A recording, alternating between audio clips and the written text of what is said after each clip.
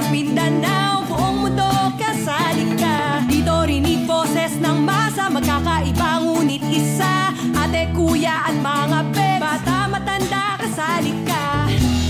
Halika na't makinig sa DZUP 1602. Tayo na't makinig sa DZUP 1602. Kasali ka.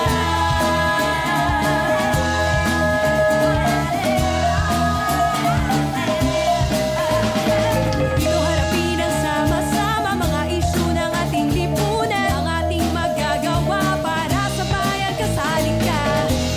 Halika na't makinig sa DZUP 1602. Tayo na't makinig sa DZUP 1602. Kasali ka. Pagpapala natin, mapagpalaya't malayang bukas kambing, tinggin, tinigatindig ng bayan. Lakas ng sama-samang paghakbang, ikaw at ako, kasali tayo. Halika na't makinig sa DZUP 1602. Tayo na't makinig sa DZUP 1602. Ikaw ako tayo sa DZUP 1602. Kasali ka.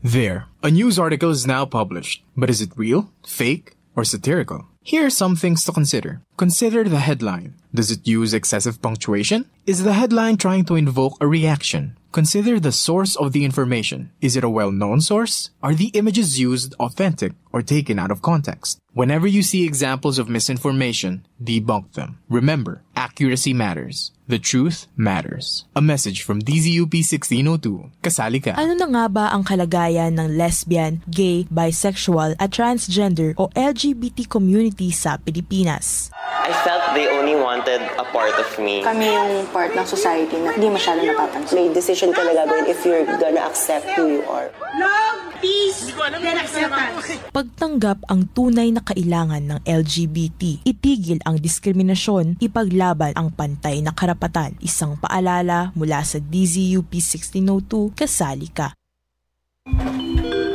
Next po sa Check Up. Check Up. Hatid sa inyo ng UP University Health Service.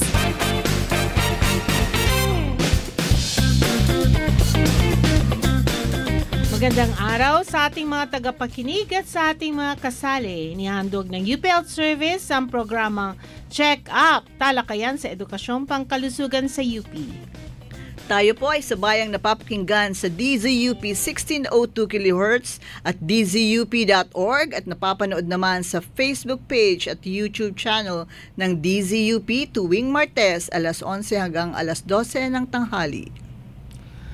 So ang UP Health Service ay may mahalagang papel bilang malakas na puwersa sa ating komunidad sa pamamagitan ng kalusugan at kabutihan sa isip at sa gawa. Mga layunin ng UP Health Service ay makapagbigay ng mahalagang impormasyon sa mga mag-aaral, empleyado at buong komunidad ng UP sa pamamagitan ng check-up, talakayan sa edukasyong pangkalusugan sa UP. Bago tayo tumungo sa ating talakayan ngayong araw, magpapakilala muna tayo, partner. Sa ating mga listeners and viewers, ako si Doc Mai mula sa UP Health Service. At ako naman po si Doc Levy mula rin sa UP Health Service. Kami po ang inyong mga tagapagpadaloy ng programang Check Up, talakayan sa edukasyong pangkalusugan sa UP ngayong araw. Wala tayong panuuhin ngayon. Yes. Kasi dahil sa insistent public demand, no? Pa-shoutout sa ating mga fans. Meron namin tayong mga fans. Oo, hindi lang dito sa DCUP, kundi sa YouTube at sa Facebook, no? Pa-shoutout naman dyan sa ating ever ever loyal na ating mga guards, no, sa UP Health Service, lalo na kay Kuya Perry na kalbo. Yeah. Ipagpapatuloy natin kasi alam mo, timing kasi dapat ang kaputol nito last week. Kaya lang umuulan, so mas maiging pinag-usapan muna natin leptospirosis. Pero sapagkat ngayon ay Pasko na, alam Ayan mo na naman. nga. Naku, kailangan tayong magbigay ng mga paalala sa ating mga listeners. Alam naman kasi pag Pasko lang talaga nagkakasama-sama lahat, no? Nandyan yung reunion, homecoming, alam mo, ang daming party ngayon. Pagka ganitong December, nag-uuwian din yung mga taga-UP College of Med, no? Yung mga celebrating class ngayon. So, uwian yan. Tapos reunion ng mga mag-anak. Kaya mahal ang ticket di ba? Oo nga. Pero higit sa lahat, ayan na ang samgyup. Anong tawag mo nga doon sa may mga daon? Kain-kain. Sobrang kain, pero hindi eat naman, all you can. Hindi naman pwedeng palipasin na hindi ka mag-enjoy, Siyempre, diba? Pasko naman ngayon. Pasko, pero baka pagbigyan na natin. pero para nang sa ganun, mag-ingat sila na pwede namang mag-enjoy. Kailangan muna nating paalalanan sila ng mga tinatawag na lifestyle disease. Isa na doon ang diabetes at ito yung kadugtong. Gusto sana kitang bigyan ng exam kasi baka nalimutan mo na yung ating diniscuss 2 weeks ago. Bigyan natin sila ng exam. Ikaw kaya ang bigyan ko ng exam, di ka nakikinig. Huwag na ako. Sige, ano nga ba una sa nasabi natin sa nakaraan kung ano nga ba ang diabetes, di ba? Yes. Ang diabetes ay sakit ng kung saan hindi magamit ng tama ang asukal ng katawan dahil sa maraming dahilan. In fact, sa ating mga lengguwahe sa medisina, dati nag-umpisa sa parang yung tatlo, triumvirate. Ngayon, ominous octet na, may egregious 11 na. Ominous octet dahil sabi nila, 8 daw ang dahilan. Hindi lamang sa kakulangan ng insulin, kundi hindi rin gumagana yung insulin, tapos nare-reabsorb yung sugar sa dulo ng yung kidney, no? Tapos yung nagkakaroon ng pagkamatay ng yung lapay, no? Dahil sa sobra-sobrang kinakain ng asukal. So, hindi lang kasalanan ng asukal yan. Kasi minsan sabi, doktora, hindi naman ako pala kain ng kanin. At ng matatamis. At ng matatamis. Kung hindi mismo, yung pinanggagalingan ng tinatawag na glucose, sucrose, fructose, no? So, ikaw, ano nga ba ang glucose? Sugar yon. Na anong klase? Bagsak ka sa biochemistry. Sige. Hindi mo sinabi, nag-review sana ako. Sige. Ang sugar kasi na nanggagaling sa prutas ay fructose. Ang sugar naman na gusto natin na nilalagay sa ating mga drink ay sucrose. Tapos ang sugar, pag tinistis mo yung mga kamote, kanin, tinapay, nagiging simple sugar yon, glucose. Pero para magamit ng katawan, kailangan maging simple sugar na glucose. Pare-parehong simple yan. Fructose, sucrose, and glucose. Pero ang gusto lamang na magagamit ng gusto ay glucose. Pero pagka simple na fructose, halimbawa prutas, mabilis yan ma-convert to glucose. Ganon din yung mga asukal, no, na nilalagay sa mga drink, madali rin yan ma-convert to glucose. Kaya minsan, mas maganda yung natitistis muna. So, yung tatlong yun, Kaya yun ang minimeasure, yung glucose. Yes, yun ang minimeasure sa lab, no? Pagkatapos, papasok lamang yun sa katawan, nagagamit yan ng iyong utak, buong katawan hanggang paa, pagkilos, kaya tayo nakakapagsalita, dahil kino-convert ito sa glucose at pinapasok na sa pamagitan ng tinatawag na insulin. Kaya lang hindi na lang yun ang dahilan Merong nang mapangyayari na tumataas din daw ang glucagon. Ang glucagon ay kalaban ng insulin yan. Yung pang fight or flight. Di ba? Nakakapagbuhat ka ng mga refrigerator pag sunog, nakakatulak ka ng mabigat pag may sunog kasi merong mga tinatawag counter-regulatory hormones. Yung glucagon kalaban. Ibig sabihin, pag bumababa ang asukal mo, kailangan siya gumawa ng asukal gawa ng glucagon. Lumalabas yan sa itinago mo sa iyong atay, sa iyong...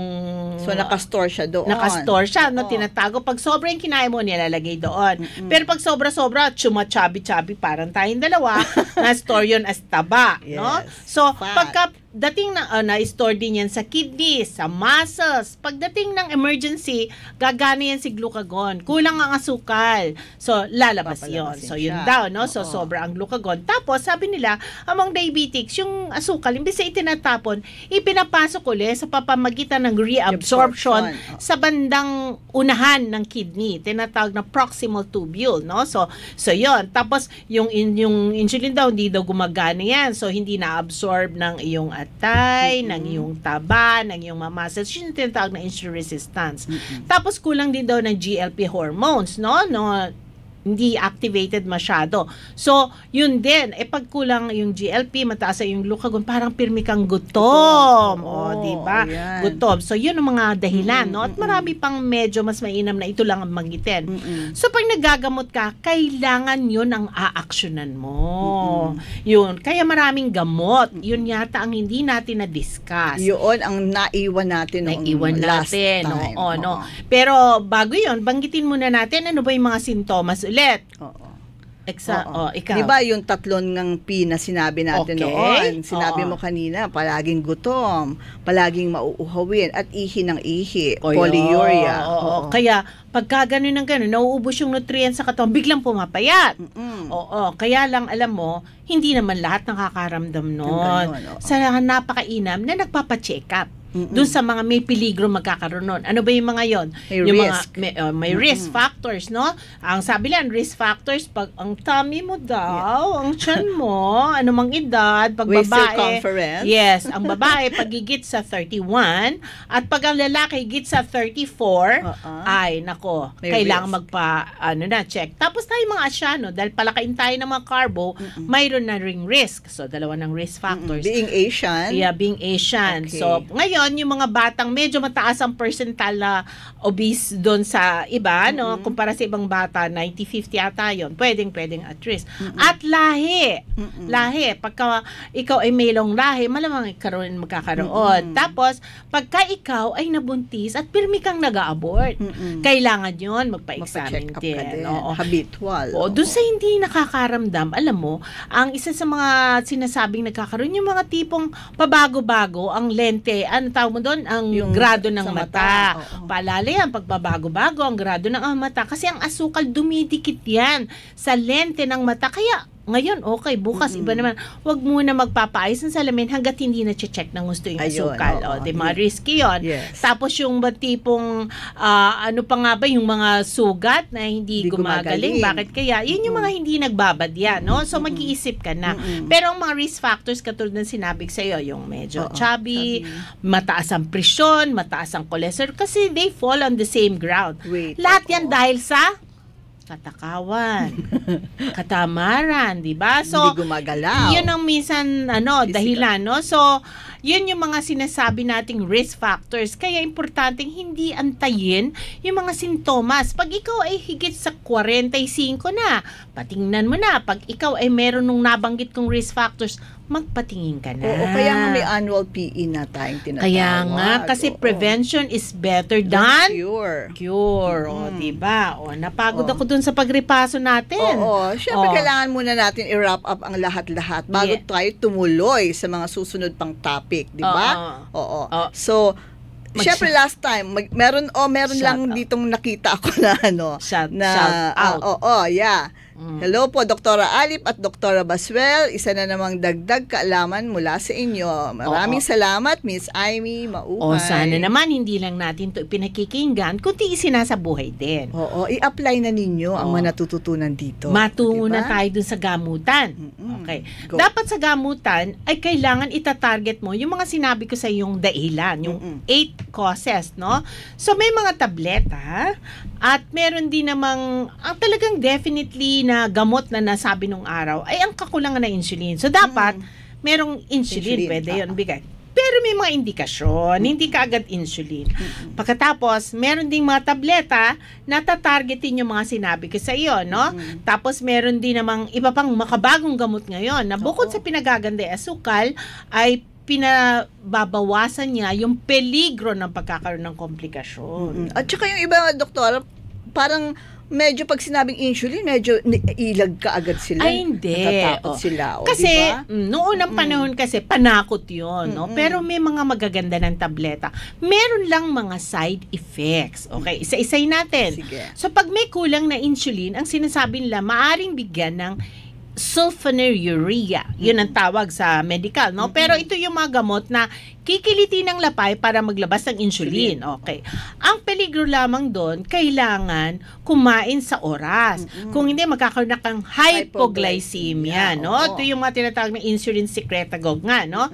So, ang problema kasi doon, mura yon. Pero ang problema, pag kumain ka, timing yon. Merong ibang tabletang kakain ka, mamaya pang 30 minutos ka pwedeng kumain pag uminom ka ng gamot. So pag ininom mo yon, no, yung mga sulfonylurea na sinasabi, mga gliclazide, glibenclamide, wala na yun sa market.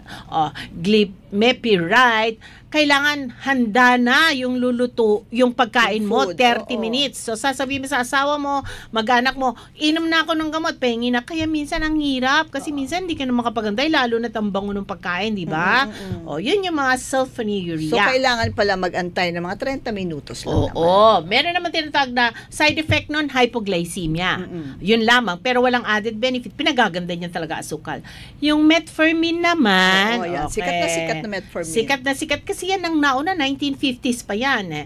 Yung metformin naman, ina-address niyan yung insulin resistance. Palyado kasi yung insulin mo, ang gagawin niya, paghagandahin niya, paano makapasok yung asukal sa loob? Kaya lang, yung iba natatakot.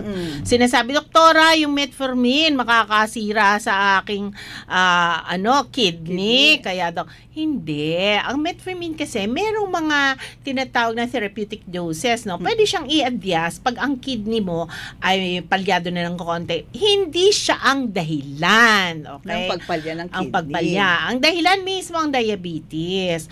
Kaya lang, merong mga precautionary measures kung kailan mo siya dapat ibigay. Pero siya ang first line drug. Ibig sabihin, mura at effective. No? 1950s pa.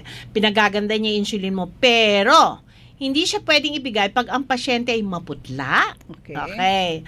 Medyo hingal-hingal, na kahiga na hingal-hingal. Tapos ang kanyang kidney, malapit na sa dialysis. Kumbaga, no? EGFR niya mababa na, yung pagtistis.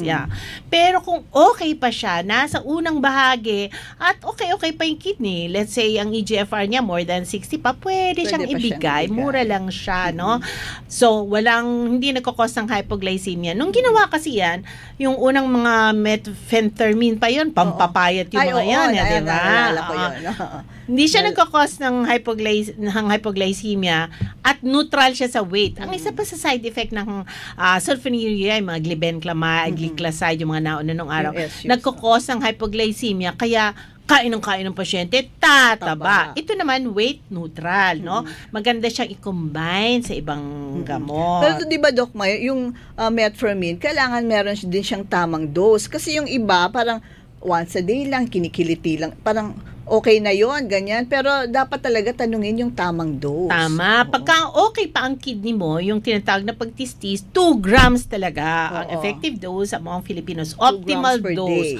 At mind you, ginagamit din ng metformin, pero syempre ang pinakamabuti diet, at saka physical activity. Ginamit na to sa lahat ng pag-aaral para ma-prevent o ma-delay ang pagkakaroon ng diabetes. At ng kanyang mga komplikasyon. Yun. Ginagamit yun. Pero sana, gamitin ito ng maayos. Hindi yan, candy, na pupunta ka doon, bibili ka. Yun na nga.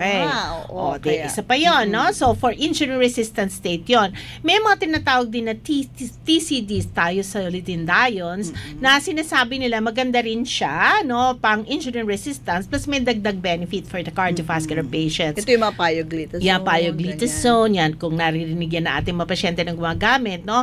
Kanya lang, syempre, kwidaw ka sa mga merong heart failure na tinatawag, yung mga hinahingal na, no? Stage 3, no? Na heart failure. So, hindi siya binibigay. So, ano pang mayroong DPP-4 inhibitors, yung mga tinatawag na gliptin. Dinadagdag na rin niya. Pang-apat na yan, no? Binibigay siya para nang sa ganon, medyo maintain mo yung GLP hormone na kulang sa'yo. So, ang mainam doon, walang hypoglycemia, glucose dependent siya, tapos delays gastric emptying time, hindi ka pirming gutom, no? Kanya lang walang added benefit, kundi sugar lamang. So, weight, hindi ba siya meron? Weight neutral lang siya, no? So, hindi masyadong, kasi hindi siya katulad ng insulin dependent, na katulad ng insulin secretagogue, insulin release dependent drug. Hindi siya ganon. So, neutral siya, DPP-4. Ano pa bang nakalimutan natin?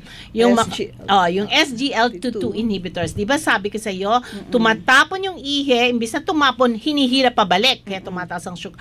Ang kagandahan ngayon ng makabagong drug na yan, itinatapo niya yung asukal mong excess at hindi nagkakos ng hypoglycemia. Okay. Kasi pine-prevent niya yung pag-absorb ng sugar pero may added benefits sa heart.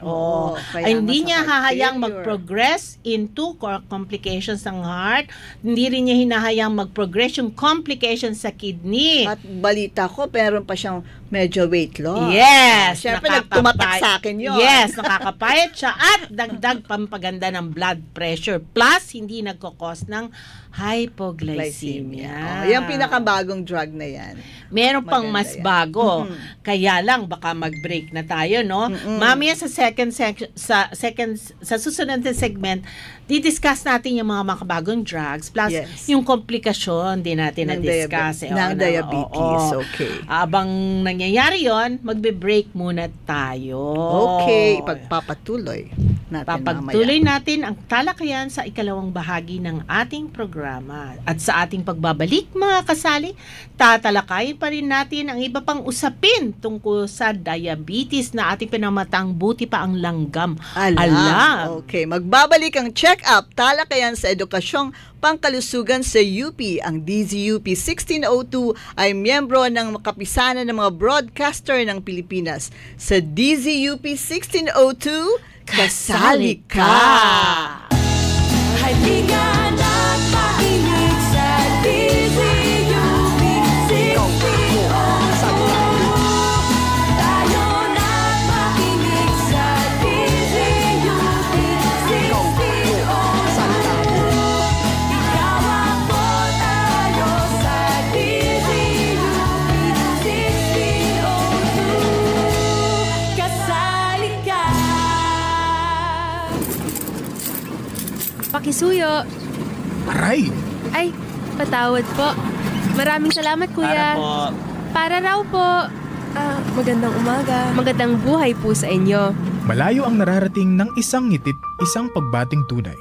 Simulan ang iyong araw ng masaya at huwag kalimutang maging magalang. Mag-anyaya ng positibong pakikiusap para sa mas positibong pamumuhay para sa lahat. Isang paalala mula sa DZUP 1602, kasali ka.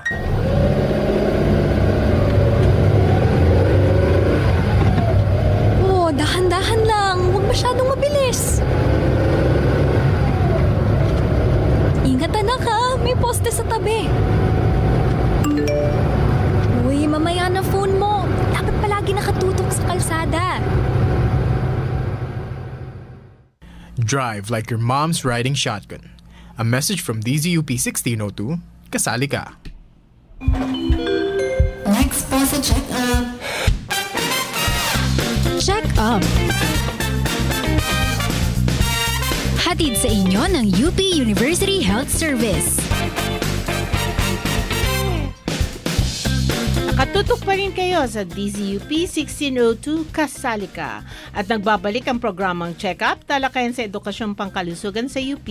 Ito ay hatid sa iyo ng UP Health Service dito lamang sa DZUP 1602. Okay, pinag-uusapan pa rin natin ang topic na tungkol sa diabetes sa ating episode ngayong araw. Maraming salamat ating mga kasali sa patuloy na pagsubaybay.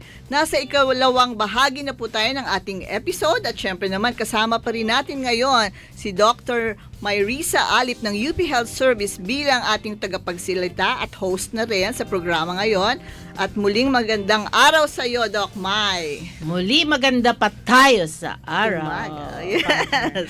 So anyway, nandun tayo kanina sa ano pa yung mga makabagong gamot, no? Yes. So naalala mo kanina, binanggit ko sa iyo na kulang ang ating GLP hormone, no? Glucagon-like polypeptide hormone, na kung saan ito ay nagpapabagal ng absorption ng mga sugar plus delayed gastric emptying time pala at hindi ka pirming gutom, no? So pinagaganda niya ang ating GLP, pinamimintanan niya imbis na ilabas, merong inhibitor sa enzyme, yung DPP4 inhibitor, gliptin. Yes. Pero meron na nga makabago ngayon na gamot na kung saan ginaya ang GLP hormone, no? So, ang tawag sa kanila, GLP analogs. Narinig mo na ba yung mga Ozempic? Di ba? Parang sikat na sikat yun, pampapayat. Pero ang route of administration ito ay... Parang insulin din siya, no? So, the injection, no? So, bago yung banggitin natin muna, yung insulin. Kasi insulin, talagang yan ang kulang sa katawan. Kaya siya talagang absolutely maganda ring gamot. Kaya lang, ang adverse effect, hypoglycemia, at maaari kang mamatay sa hypoglycemia. Pagka kasi nag-inject ka, tapos hindi ka kumain ng tama sa oras, babagsak yun, no? Tapos among the elderly people, yung mga may sakit sa puso, yung may mga problema na sa kidney, minsan di na, kasi pag nag-hypo ka, ang hypoglycemia, meaning mababa ang sugar mo, no? Kasi ang normal, dapat 80 to 100, ganyan, no? Pero sa iba, nag-hypo sila with just 70 or 50, no? Yung talagang bumabagsak. Hindi makaka-function ng katawan mo. So, ang tendency ng katawan mo, magpapalpitate. Bibilis ang tibok ng puso mo. Di ba pag ikaw, normal na tao, nagugutom ka, ano nararamdaman mo? Nanginginig ka, di ba? Masungit ka na, nabubuisit ka. At mind you, may mga pasyenteng naka-insulin, tapos hindi nakakaligtaan o tinatamad magkain, no? After injection. So, ang nangyayari, nagwawala. May init ang mga ulo. Hindi. Ito talagang mga matatandang nagwawala na akala mo na stroke, kunan muna ng asukal. Bagsak na bagsak pala, no? So, anong mga klaseng insulin? Ito yung mabilis na mga human insulins kasi ito, na minsan available na libre. Pag nag-inject, tinatamad ng kumain o mag-snack. So, delikado rin yun. So, ang hypoglycemia ay delikado, no? So, yung mga side effect na insulin yun, tas tataba ka pa. Kasi hindi ka naman nagda-diet kasi ng maayos, pero hindi siya masama sa katawan. So maganda ang insulin, pero injectable kasi. Yun nga. Ayaw ng mga tao nag-i-inject. Pero hindi porket binigyan ka ng insulin ngayon, ay hanggang mamatay kayo na. Hindi. At ang sabi ng iba, pag binigyan ng insulin, malala na ba ako, doktora? Hindi. May mga indikasyon kasi ang insulin, no? So, ang indikasyon, kailangan ibaba ka agad ang asukal mo kasi pumasok ka sa ospital, 500 ang sugar mo. Maaari ka kasing ma-lead into, hindi ka na coma na sinasabi nila. Pero usually ang type 2, ang dahilan nun na nagde-dehydrate. Kasi pagka mataas ang sugar mo, ka ng So, maaari kang makoma, no? Pag type 1, minsan 250 lang. Pwede nang magkaroon ng diabetes, ketoacidosis, no? Pero minsan kasi infection ang dahilan yan. Pagka type 2 naman, maaari kang ma-ICU pag ang asukal mo 500.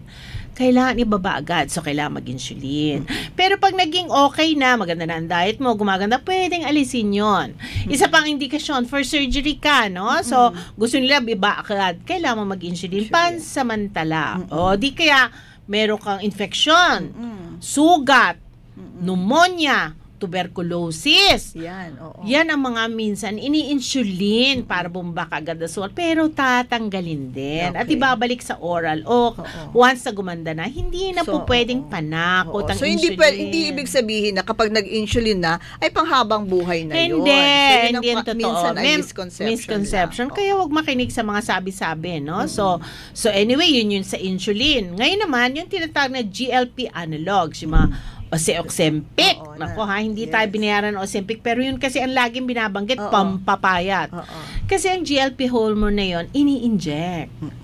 So, pagka in-inject yun, hindi ka pirming gutom. Kasi delayed ang gastric emptying time, bababa ang glucagon mo, maganda ang GLP. So, ang tendency, papayat ka. Hindi ka kakain. Papayat ka, hindi ka. Ito mainam dun sa mga alam mo na medyo on the obese side. Sabi ko, hindi tayo nagbabody shame, but for health reasons, no? So, alam mo naman natin, pag markedly obese, morbidly obese, or obese, risk factor yan. Hindi lang for diabetes, but for other illnesses. So, ibinibigay ito. Pero, kailangan din, maganda rin ang diet mo. Kasi useless naman magbigay ng gamot kung di tama ang kain natin. So, may rebound pati ito pag tinigil mo, no? So, kaya lang maganda rin ito. May additional benefit aside from correcting the sugar, yung complications na mamaya babanggitin natin, ma-address niyang hindi magpo-progress. Medyo may kamahalan lang. Yun. Yung cost. Kasi once a week ito, so medyo 8,000. Ang mahal naman pala niyan. Wala na talagang pambili ng pagkain yan. Wala na talaga. Gutom na. Kaya Gamot siya na papayat. No? So, yun yung mga makabagong gamot na aside from correcting the sugar, pinabaganda na rin niya na hindi magpo-progress sa mga complications. So, ikaw ba, alam mo na ba ang mga komplikasyon? Alamin natin yan. Kailangan natin matutunan lahat ng komplikasyon ng diabetes. So, napakahirap na magkaroon ng diabetes. Dapat talaga ma-delay o ma-prevent kasi once a diabetes is there, you are diabetic for life. May pinag-uusapan na ngayon na remission, treatment, pero medyo hirap pa nating patunayan yun, no? So, pagka ikaw talaga ay meron ng diabetes, kailangan ma-delay ang occurrence of complications. Pag nandiyan na yung complication, ma-delay ang pag-progress ng complications. Okay. At ma-delay din ang, alam mo na, makita si Lord. Yun na yun. Yun na yun.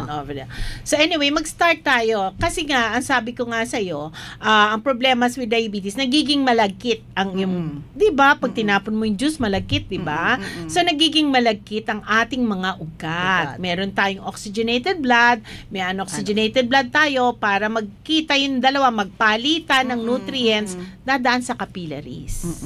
Okay, yung capillary na yan, nagtatumbling dyan yung pulang dugo. Ano bang parte ng katawan, ang mga capillaries marami, di ba? Pero ang pinaka-tinatawag na microvascular complications, micro, kasi maliliit na ugat. Pisa natin sa mata. Retinopathy. Pagdating sa kidney, pagdating sa kidney, nephropathy.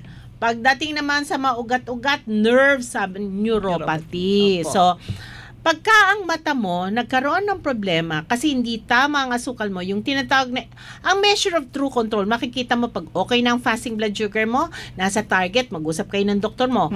Okay na ang postprandial blood sugar mo, mag-usap kayo ng doktor mo kung anong target kasi ayon yan sa edad at sa comorbids. At ang HbA1c mo. Yun ang true measure. Yes, pero pag lagi na lang mataas yung mga yon, de-deposit yan sa malilit na ugat sa mata. Yun ang nakakatakot. Pag ang gumagawa ng image sa mata, yung bandang likod, retina. O pag medyo barado yung isang ugat doon, anong gagawin? Magmumultiply, may rerouting na tinatawag. Magkakaroon ng proliferative retinopathy, yung bang dadami ugat. So, ang images na makikita mo, parang yung maganda kong muka o yung maganda mong muka, magkakapatsi-patsi na itim. Ganun ang paningin. Pag may retinopathy. Yes. Kaya sa unang-una palang tingin sa'yo ng doktor, napapa-examine na yung fundus na tinatawag yung likod tsaka retina.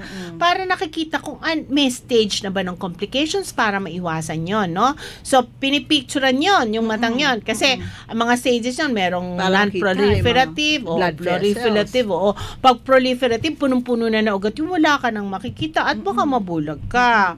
Pwede pang tumaas ang pressure, magkaglakoma ka, di ba? Presyon sa mata. Yes, at baka mapaaga din yung katarata. Yun yung mga komplikasyon sa mata. At yung ginagawang laser, hindi yan talagang gamot. Para bang hinohalt lang niya. Para bang pinipigil lang niya ang pagdami ng ugat. Pinapatay lang niya yon. Yung pag-proliferate. Pero ganun na ang paningin ng mata mo. So, napaka-importante ng mata, di ba? Sige. Pagdating naman sa kidney, ang tagasalok o sala ng mga tinatawag na protein at mga toxins ay ang tinatawag na parang cup yun no? Yung glomerulus. Made up of smaller vessels yun, capillaries. Pag yun din naman ay nagbarabara doon, masisira yung mabutas-butas. So magkakaroon ng dysfunction, no? Yung kidney. Hindi na masasala ang dapat salain. Lalabas na ang protina. So, mamanasin. Diba? Yun ba yung parang minsan tumataas na mga creatinine ng pasyente? Yes, tumataas ang creatinine. Pero alam mo, minsan normal pa ang creatinine, nagkakaproblema na. Kaya kailangan i-measure yung tinatawag na albumin sa ihe. Kaya sa umpisa pa lang, pinagagawa na yung urine albumin creatinine ratio. Okay. Ang ihe, hindi natin tinitingnan ang asukal doon. Ang tinitigan natin ay ang protina. So yun, no? Kasi pagka nawala na, nagtapon na ng protina sa ihe, ay nako, yung nagme-maintain ng patency ng ating mga blood vessels, mawawala na kasi ang nag-hold ng tubig sa loob ng ating mga blood vessels ay ang protein. So, ang mangyayari ngayon dyan, pag nawala ng protina, ay mamanasin na. Kasi yun ang taga-maintain na. Ang problema pa, mababawasan na yung gumagawa ng erythropoietin. Sa kidney yun. So, production ng erythropoietin ay nasa kidney. So, ano mangyayari? Mamumutla. So, anong gagawin? Di masasalinan ng dugo. Hindi lang yun, bago masalinan, hingal lagi. Bukod sa manas, maputla, hingal. Okay. Di ba? Ang problema pa, pagkaya ang kidney na yan, yung hingal na yan, yung putla na yan, hindi nagawa ng paraan, mapapagod din ang puso. Pag may problema ka na sa kidney, mataas na ang insidente na mag-atake tayo sa puso. Ayun. Sa kidney, ha? May maliliit din na ugat sa paa. No, yung mga ugat nagbibigay ng nutrients sa mga nerve endings, no? So yung mga nerve endings na yan, hindi nasusuplayan na mabuti. So nagkakaroon ng pamamanhid minsan. Minsan naman sakit yung paa. Minsan nagkakasugat, di niya alam, nakakapaltos. Anong kasi resulta? Magkakaroon ng sugat paltos na hindi niya alam. Hindi gagaling yon. So putol na paa.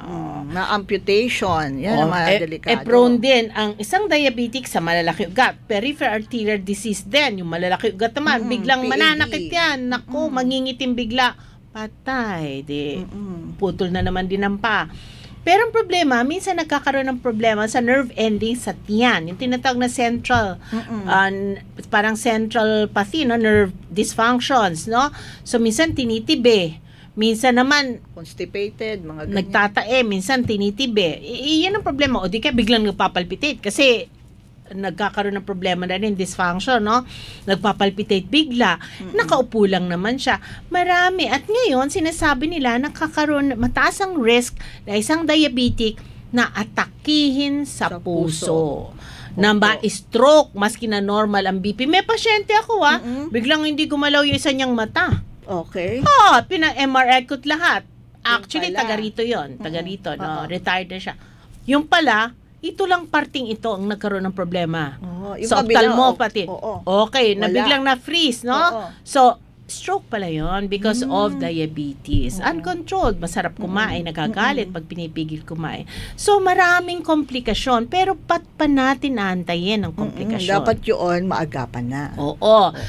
Data privacy, pero okay lang, no? Ang aking nanay ay 60 years old nung nagkaroon ng diabetes. So, mga ilang years ago na yun. Pero nauna muna yung hypertension. So, at risk talaga siya, no? Siya ay 4'10". Akala niya 5'10" siya. Kaya kung makakain, daig pang construction worker, parang no? medyo ka-height ko lang pala. Tapos kung makakain, parang construction.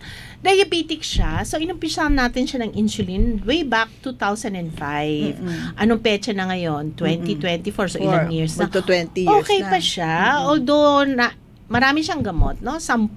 Kaya pag sinasabi sa akin, makakasira ng kidney ko, yan, 10 ang gamot. 10 ang nanay ko nga, 10. 20 pa ang nilalak. Pero okay pa siya. Kasi ang maintenance, ayos. Ang control, medyo on the 88 na siya, no? So, medyo quality of life. Nasa end stage siya actually ng kidney. So, stage 5, pero pwede pa siyang magtableta. No? Yung sinabi ko sa iyo, yung nagpipigil ng SGLT2 siya, tapos okay pa.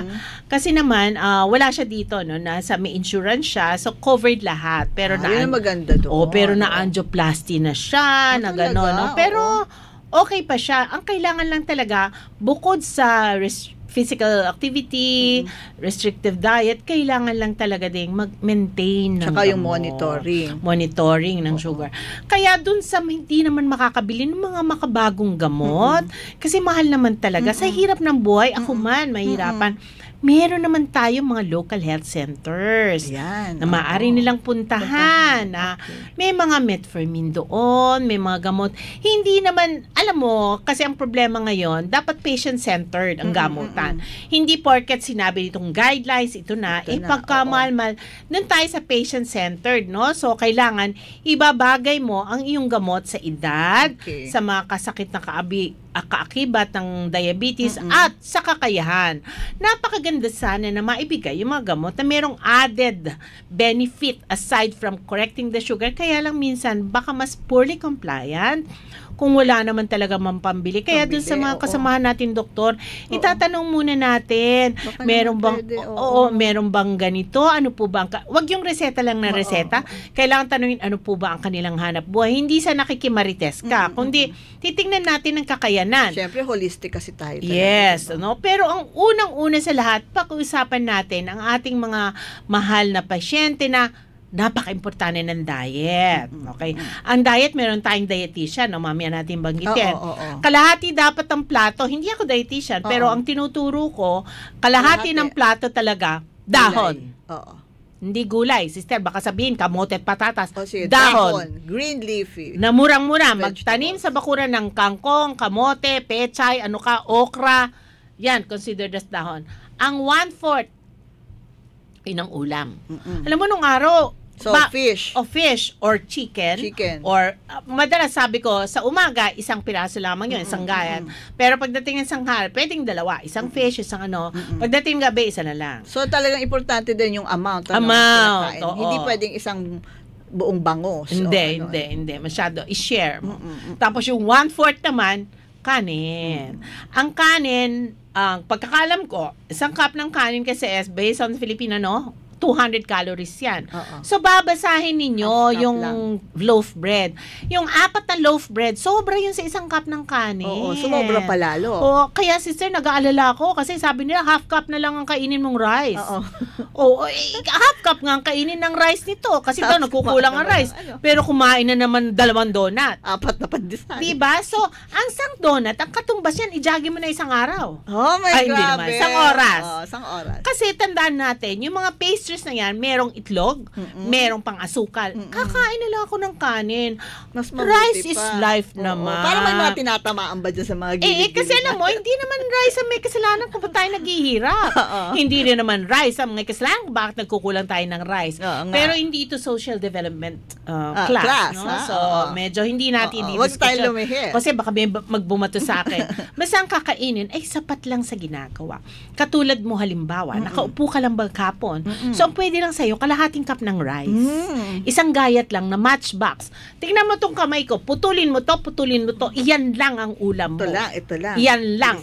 Putulin mo to, putulin mo, yan lang ang ulam mo sa almusal. Huwag baliktarin, ha? Yun lamang. Kasi nakaupo ka lang. Baka kasi yung iba kaala nila yung tumbong palad na to. Hindi. Yan ay pang-fiesta na.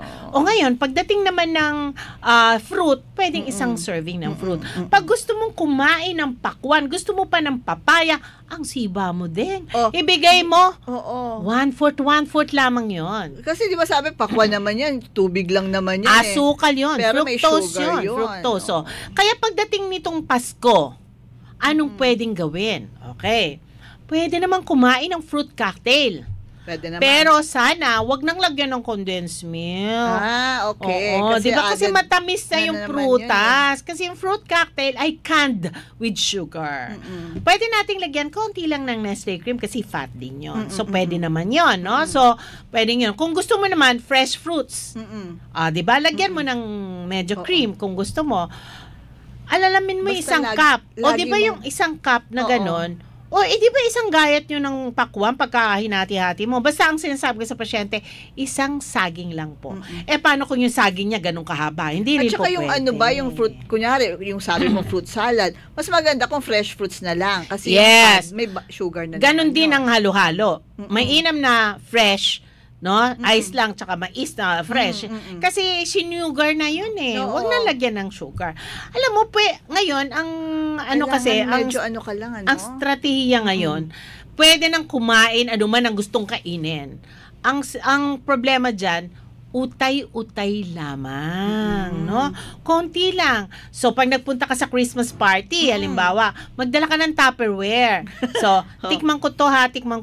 Tapos, lagay mo sa plato mo, ito dapat yung kakainin ko, pero bawal, sabi ni Dr. Alip, so konti lang. Allowed na ngayon yun. Allowed na, i-sharon mo na lang. Sabi ko naman, pag meeting, kainin mo lang tong konti, kainin mo mamaya, wag lang mapapanis, lalagay mo sa refrigerator. Importante kasi ang kinakain. So, dapat hindi ano ba yan, nag-sharon naron si Dr. Al. Dapat hindi gano'n kasi kailangan maintindihan nila na kasi nga by portions ako kumain. Kaya minsan dapat yung plato may divider talaga no? So, kasi minsan takaw mata tayo Hindi naman natin talaga mauubos. Kasi napaka-inviting na mga nakahain dyan sa party. Ang may karapatan lang, yung mga nagsusunog talaga ng calories, kumbaga, yung ating mga tagapaglinis ng kalye, pwedeng kumain yan. Kasi, pero dapat kumain muna, then maglinis ng kalye.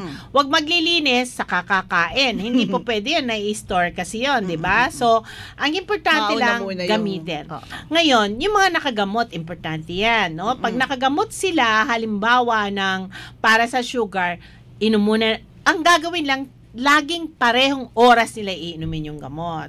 Same din ang time ng kanilang kain. Yun ang sinasabi dapat lagi sa pasyenteng may diabetes, no?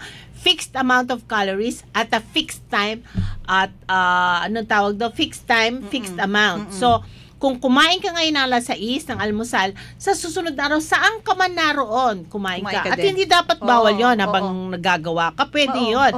Lalo na yung ating mga driver, ganyan. Kasi baka mag-hypo during the time na nagde-drive siya, baka mabunggo. Yun yung mga side effect na nakakatakot, di ba? Same time pala dapat. Same time everyday, regular. Kasi may tinatawag din na half-life yung gamot, no? So, ininom ko ng ganitong araw. Sa susunod na araw, mauubos na yon. So, inumin mo at the same time. Kaya yung kain mo, fixed din ang time, fixed din ang amount. Tapos yung kinakain, depende sa gawain. Katulad ko nga sabi kasi, pag construction worker, may karapatang kumain na marami, no? Pero iba-burn naman niya. Pero yung mga katulad mo, nakaupo lang, wala ka talagang karapatan. At saka, mind you, hindi lahat ng malalaki ay prone to have diabetes. May mga payat din, no? So, kaya ngayon, binabago-bago nila yung diagnosis ng diabetes kasi merong maturity onset na sinasabi na yung diabetes, may latent, part. So, yung mga payat hindi ligtas. So, hindi ibig sabihin. Yeah, mamaya, yung sa last bahagi, marami pa tayong i-discuss. Anong mga pwedeng gawin. Yes, pero meron lang tayo ditong mga, pagbati galing kay Ma'am Aiza Yanga. Magandang araw daw sa iyo, Doc Alip and Doc Baswell. May question din pala dito, pero ngayon na ba natin sasagutin mamaya ito? Na, pagka-break. Pero wag mong kalilimutan, ha? Okay. Sige. Ayan, maganda yung tanong na yan. Kaya mamaya sagutin natin yan. Ayan naman gusto kong tanong. Pang-intellectual, nakakain siya ng maayos ngayong araw na to. Malamang. Sige, malamang. Sige, break muna tayo. Okay. Sa pagbabalik, ipagpapatuloy natin ang ating talakayan sa paksa ng episode na to. Magbabalik po ang check-up talakayan sa edukasyong pangkalusugan sa UP. Ang DZUP 1602 ay miyembro ng kapisanan ng mga broadcasters sa Pilipinas. Sa DZUP 1602, kasali ka! Halika na makinig sa DZUP 1602.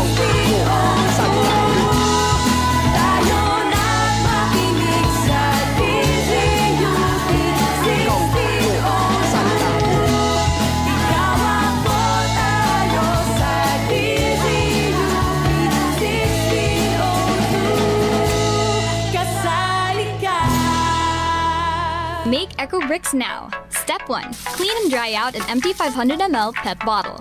Step 2. Pack the bottle with dry, non-biodegradable wrappers until it is completely filled and compact. Step 3. For UP Diliman students, you may deposit your EcoBricks at the UP Haring Ibon Tambayan. Check out the plastic solution on Facebook for more drop-off points near you. These EcoBricks can build flood rafts, homes, and schools. Maging bahagi ng plastic solution. Isang paalala mula sa DZUP 1602, kasali ka. Talo ka. 5 palo lang sa kamay.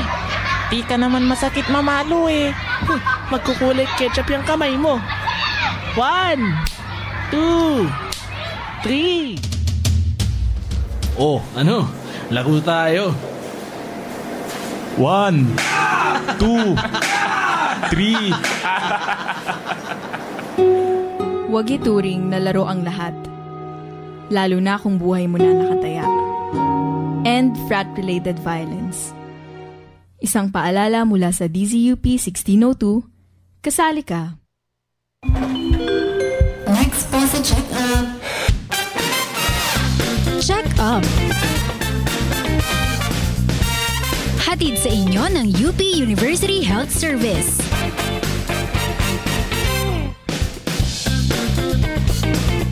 Nakatutok pa rin kayo sa DCUP 1602 Kasali Ka at nagbabalik ang programang Check Up, talakayan sa edukasyong pangkalusugan dito lamang sa DCUP 1602. Mga kasali, nasa panghuling bahagi na po tayo ng ating episode at kasama pa rin natin syempre si Dr. Alip ng UP Health Service bilang ating panauhing tagapagsalita. Siyempre naman, Dr. Alip, babatiin pa ba kita ulit? Magandang araw sa iyo, maganda ka pa sa umaga. Meron lamang dito palang mga mga pagbati ulit. Sige. Oo, from Ma'am Maribeth Sapaya, good morning po. Good morning, Beth. Sagutin ko lang yung kay Mark.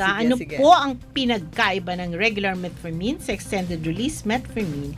Ang nakareseta po kasi sa akin ay extended release metformin. Napakahusay, Mark. Okay. Ikaw pala, Mark, ay may jablo rin, ano? So anyway, okay. Ang ganito, napakainam pala.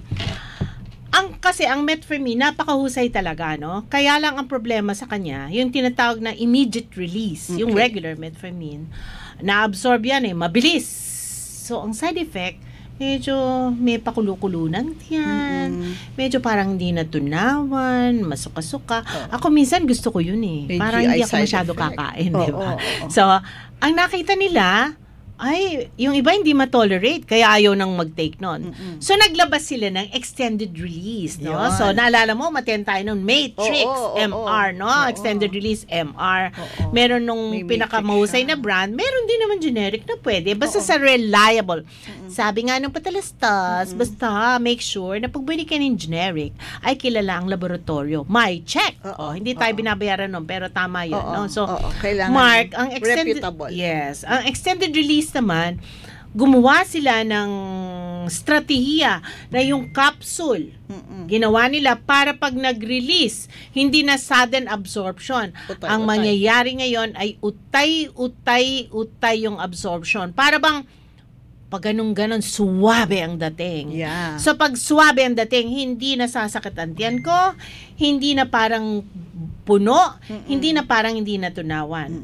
Yon ang kanilang pagkakaiba. Pero pagdating sa effectiveness, nakita sa pag-aaral na pareho lang ang effectiveness ng extended release at regular. Ang advantage lang nung MR, nung extended release, ay hindi ka magkakaroon ng side effect. Kasi nga, utay-utay siyang natutunaw. Plus, pwede mo siyang i-take ng sabay. I mean, 2 grams pack sa gabi. Or sa umaga, pack. Anyway, hindi mo naman siyang i-release. Yes, hindi mo na siya malalimutan. Kaya medyo may kamahalan ng kaunti. Pero may mga available naman na generic, no, na MR. So, pwedeng mas maganda yon. Pero pagdating sa effectiveness, Mark, pareho lang sila. Pero mas less ang side effect. Kaya ngayon, Mark, alam mo na. At pwede mo pang kainin siya, i-take siya once lang. So, ang mga pasyente kaya 2 grams pack sa gabi. Okay. Para hindi nila masyadong ma-feel. Pero yung regular naman, isa sa umaga, 2 sa tanghali, isa sa gabi. Ganun ang ginagawa ko. Yes. Paalala lang kay Mark, para lang syempre malinaw din sa kanya, pwede bang hatiin niya ang extended release na yan? Lord. Diba? Kailangan malaman mo yan, Mark. Hindi hinahati yan. Yes. At may patalastas pa. Ang sinasabi pati dyan ng pasyente ko, Dok, bakit pagtingin ko sa pupo ko, buo pa rin? Ghost tablet ang tawag doon. Kaya kung maganda ang pagkakagawa ng generic na yan, may ghost tablet. Nalalabas. Nalalabas, no? Hindi ibig sabihin hindi natunaw, kundi yun lamang yung lalagyan niya. Yun yung pinaka capsule. Kumbaga sa time capsule, nilagay siya doon, wala nang laman kasi na-release na. So, yun. Sana na sagot natin na mabuti, naliwanagan si Mark. Naliwanagan si Mark. Pero alam mo kasi, ang metformin, matagal na yan. 1950s, kaya reliable siya. At ang nanay ko, tinigil lang ang metformin nung sira ang kidney. Hindi dahil sa metformin. Dahil nasira because of the diabetes. At maputla na siya at hindi na pwede. Hindi dahil mamamatay o pag nagbe-metformin. Nakakalactic acidosis lang kasi pagka hindi na maganda oxygenation. Pero ang tagal niyang nag-metformin, tinigil na lang, nag-insulin na siya kasi nga alam mo na natalo ng gamot ang kasibaan.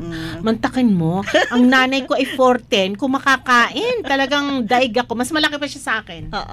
Size 14. Ganun lang siya kagana kumain. Oo, pero maganda ang compliance sa gamot. Kaya 88 pa siya, up and about. Mas maganda pa ang tuhod niya kaysa nakikita ko nga, naglalakad pa eh. Diba?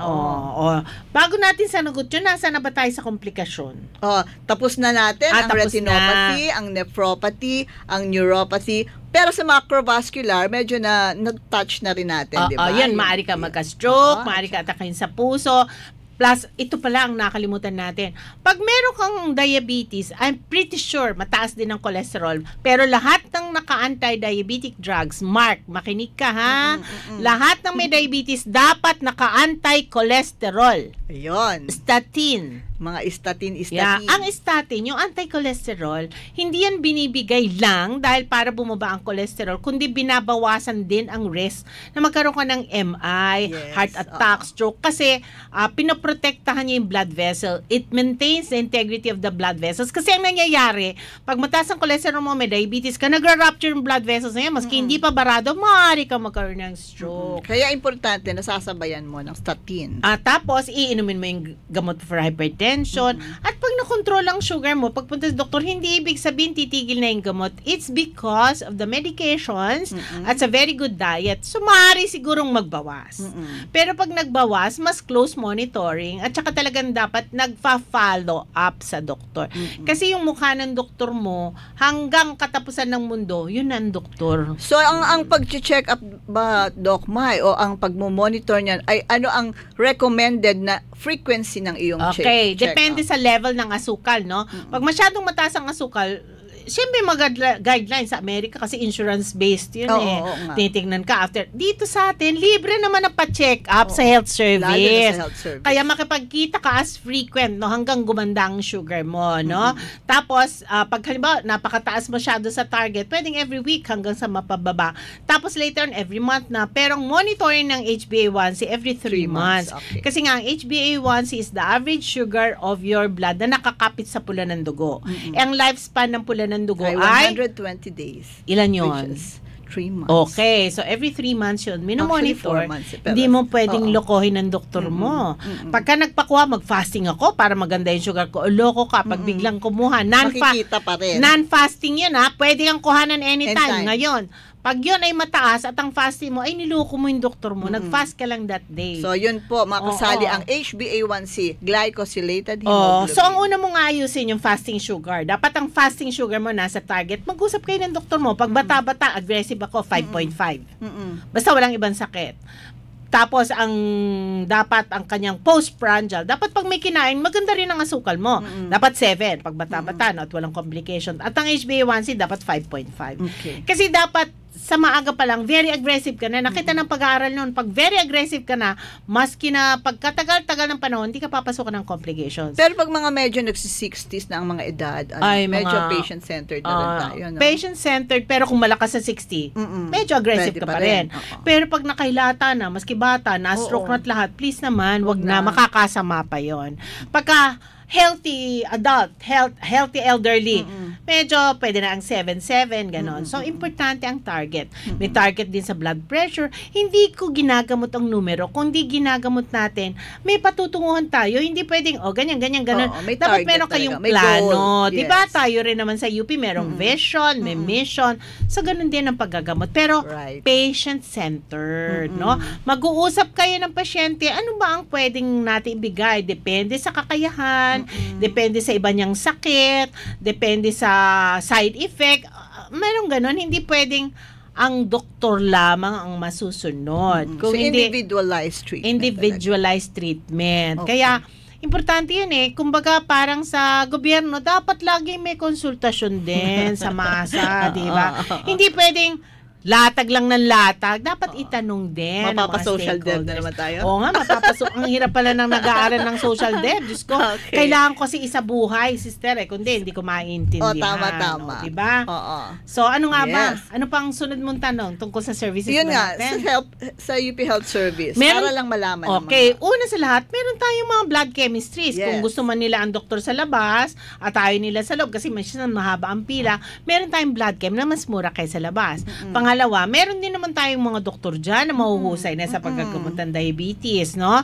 Tapos, meron din tayong nutritionist, si Ma'am Marife Sevilla, na nag-aral din para maibigay ang tamang prescription ng nutrisyon para sa isang may diabetes, hypertension, lahat ng klaseng sakit, no? Clinical nutrition.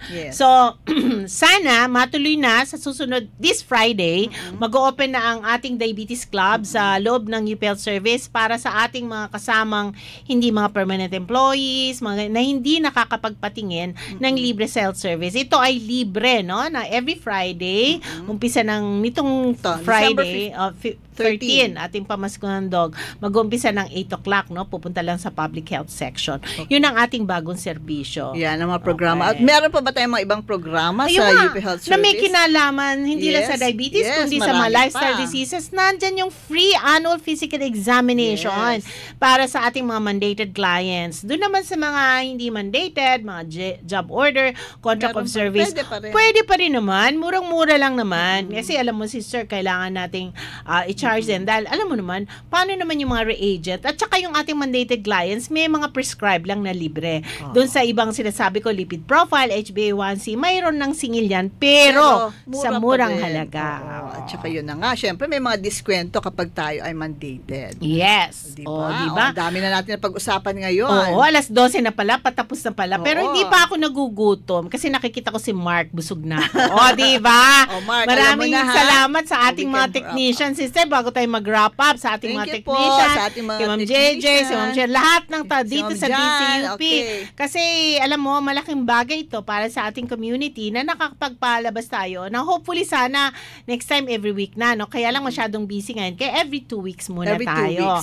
Pag marami na tayong followers at marami ng listeners, dadalasan na natin yan. Oo, dadalasan na. Meron lang din pa tayong mga karagdagang announcement na para malaman ng lahat na ang ating pong mga specialty clinic sa UP Health Service ay bukas na rin. Meron na tayong ophthalmologist. Yes. Meron na tayong endocrinologist, dermatologist, pedia, spine doctor, specialty pedia, meron tayong psychiatrist at meron tayong ortho, dalawa, spine tsaka general ortho. So, magsadya lamang sila at silipin ang ating website, nakapost lahat doon ang schedule, no? So, sa Facebook natin. Yeah, maraming salamat sa ating mga technicians, no, para dito sa DCUP. Okay. So, let's wrap up, Doc Mai. Yeah, kaya lang alam mo hindi gumagana itong akin na-sign out yata. So anyway, bago yun kasi parang next week wala na tayo kasi wala na yatang pasok, tama? Wala na yata tayo. So, gusto kong batiin ng maligayang Pasko ang ating mga tagapakinig at syempre ang ating pinakmamahal na DCUP. Maraming salamat. Naway maging maligaya ang inyong Pasko at very happy ang inyong New Year. Maraming salamat po. At yan na nga, tunghayan natin sa susunod na episode ng Check Up ang talakayan sa edukasyong pangkalusugan sa UP para sa iba pa namang mga iba pang bagong talakayan. Maraming salamat sa lahat ng sumusubaybay at nakikinig sa ating episode ngayong araw na ito.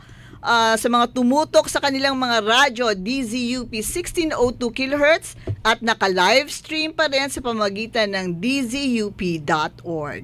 Ito po si Doc Basuel, Doc Levy, mula sa UP Health Service. At ito naman si Doc Mai ng UP Health Service. Magsama-sama po tayo ulit sa susunod na episode. Sa January na yon, 2025. Dahil dito sa DZUP 1602, kasali ka!